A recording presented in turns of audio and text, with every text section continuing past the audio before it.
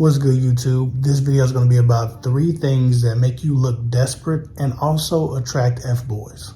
Listen, jumping right into this, the first thing that makes you look desperate and can also attract F-boys and men who play with women and misuse them is double texting.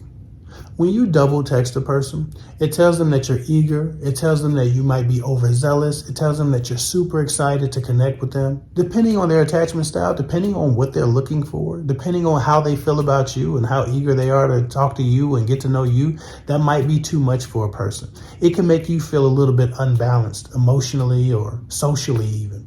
Some people don't appear to be aware of themselves, which is also a turnoff, right? You can make yourself appear to be mentally unstable to a person just by double texting and triple texting and reaching out too often. The thing is, some guys are going to see this as a desperate behavior and it might turn them off because they see the lack of balance and they're looking for balance in a woman.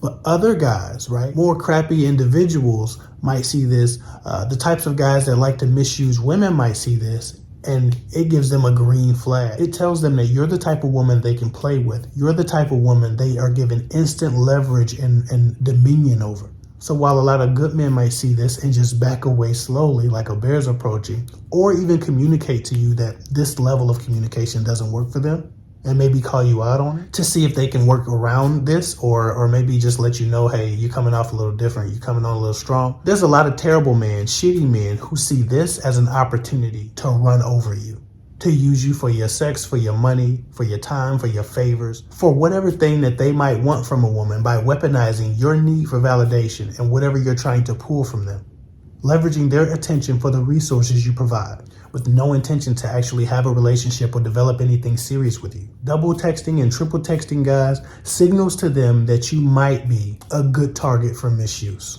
Good men don't want a woman who's easily manipulated, but the types of guys that you're trying to actively avoid, they love this. All that to say, if a man doesn't respond back to you in a timely fashion, if a man ignores your calls, don't keep trying. Don't keep texting, don't keep calling, don't keep leaving voicemails. He knows he missed your call. He knows he missed your texts. If and when you see a guy ignoring your correspondence, just go away. Just move on. You're doing yourself a favor. If he doesn't like you and he's not telling you, you have to ask yourself why. Is he trying to save an opportunity? Is he trying to salvage something that he wants from me without actually dealing with me and getting the whole me? If he doesn't want this part of me that communicates, which part of me does he want? And is it that part exclusively? Do I really want to be in a relationship where my man doesn't respect me enough to answer my correspondence? The answer is no.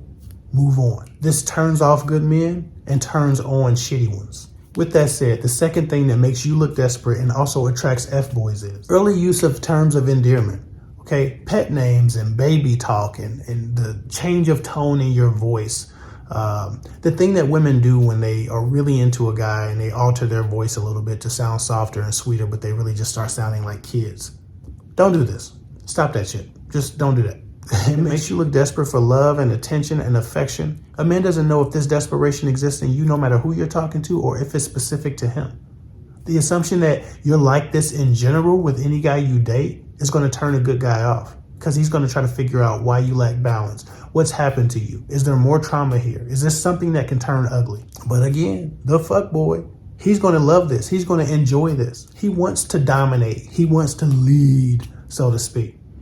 Lead you into the pits of hell, leads you into the depths of despair, leads you into the abyss of relationship trauma, because that's all he got for you. You're going to be a bottom bitch and a booty call.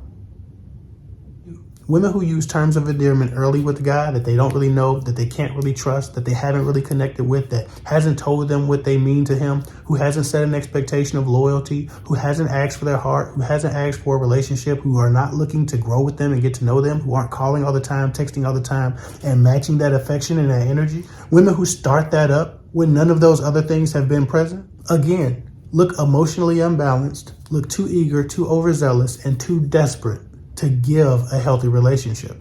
This is a codependent behavior a lot of times. So while a healthy-minded man would see it and be like, I'm not sure about this, I'm gonna go away. It was nice meeting you, it was nice getting to know you, but I'm not sure if we're compatible.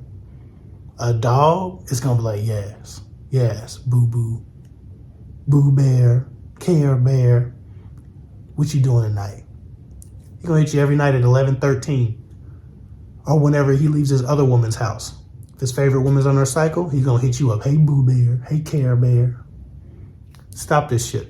Don't use terms of endearment with the man unless you're in a full-blown official relationship, because it fabricates an idea of closeness that doesn't exist. It signals delusion and the intent to create delusion to make yourself feel comfortable. Pet names in terms of endearment are used exclusively to feel closer. Most of the time, people need them when they don't have that real closeness established. The only time you should be using these is when that closeness is actually established. That loyalty and that trust and that expectation between both of you going both ways is established. When you are each other's, that's when you use those, not when you hope it to be.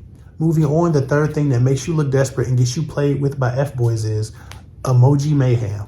Just like pet names, the overuse of emojis signals an intention to try to impress or entertain, right? It's kind of like shucking and jiving, tap dancing for a guy, performative displays of affection through emojis. Again, it also signals sometimes emotional imbalance, relationship desperation, incoming love bombing, and need for validation. Just like women don't like when guys use a bunch of emojis because it seems a little bit less masculine and it seems like they're trying too hard.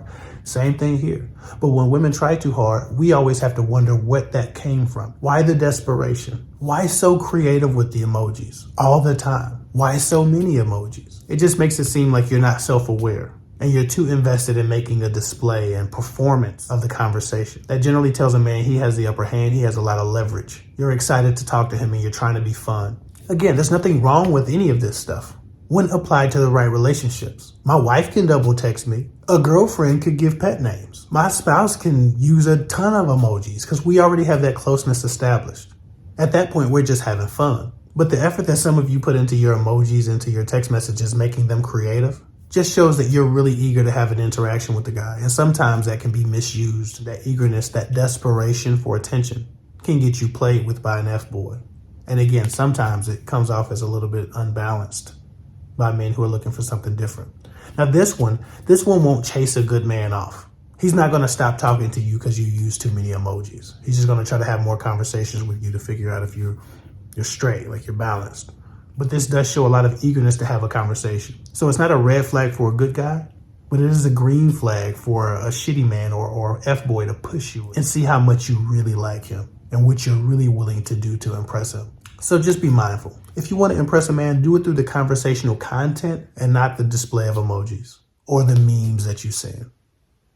Have real conversations. Be intellectually impressive, spiritually impressive, mentally impressive. Put the emojis down. So again, with that said, good men are going to see a couple of these things and they're going to want to back away or they're going to reassess what they think about what's going on. A lot of men are going to misuse you because you do this, but it's just going to give them pause. But then there are other men who are looking for that lack of balance because that's what they weaponize against a woman to make them sexual servants and ass delivery girls, booty calls and gift givers. A lot of these men running around, they ain't bought a pair of shoes for themselves, a shirt for themselves. They ain't paid their own phone bill. Their women are doing it. These types of behaviors signal to users that you're usable.